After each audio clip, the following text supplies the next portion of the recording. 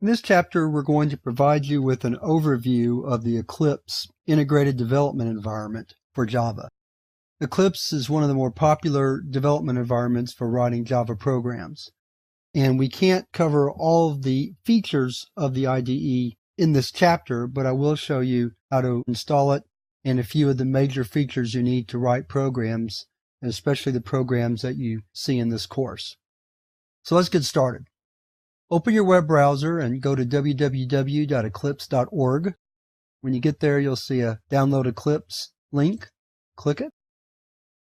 We'll click the most popular IDE for Java EE developers, although we could also use just the standard IDE as well. We'll go ahead and get the most popular one. So click that. We're downloading for Windows 32-bit, so we'll click there. Click on the arrow. Click OK to open with WinZip. We're just about finished with the download.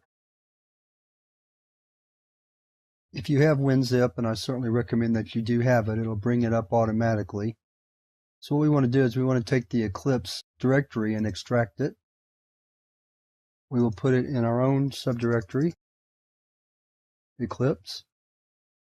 So now we get to sit back while it extracts the files. So now that it's over, here comes our folder. We can open it up. Let's double-click Eclipse just to make sure that it loads correctly.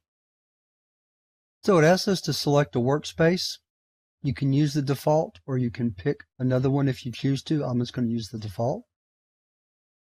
If you haven't figured this out by now, Eclipse is a very large program, so it's taken it quite a while here to initialize and start up the first time. It will be quicker in the future than this. Here comes the main screen. I'm going to put it into view for you, and we'll stop at this point. So our installation was successful. We've got the IDE up, and we're ready to start writing Java programs. The next lesson is on installing Eclipse on a Mac. So if you're not using a Mac, skip that and move to the following lesson where we'll be demonstrating how to actually use Eclipse.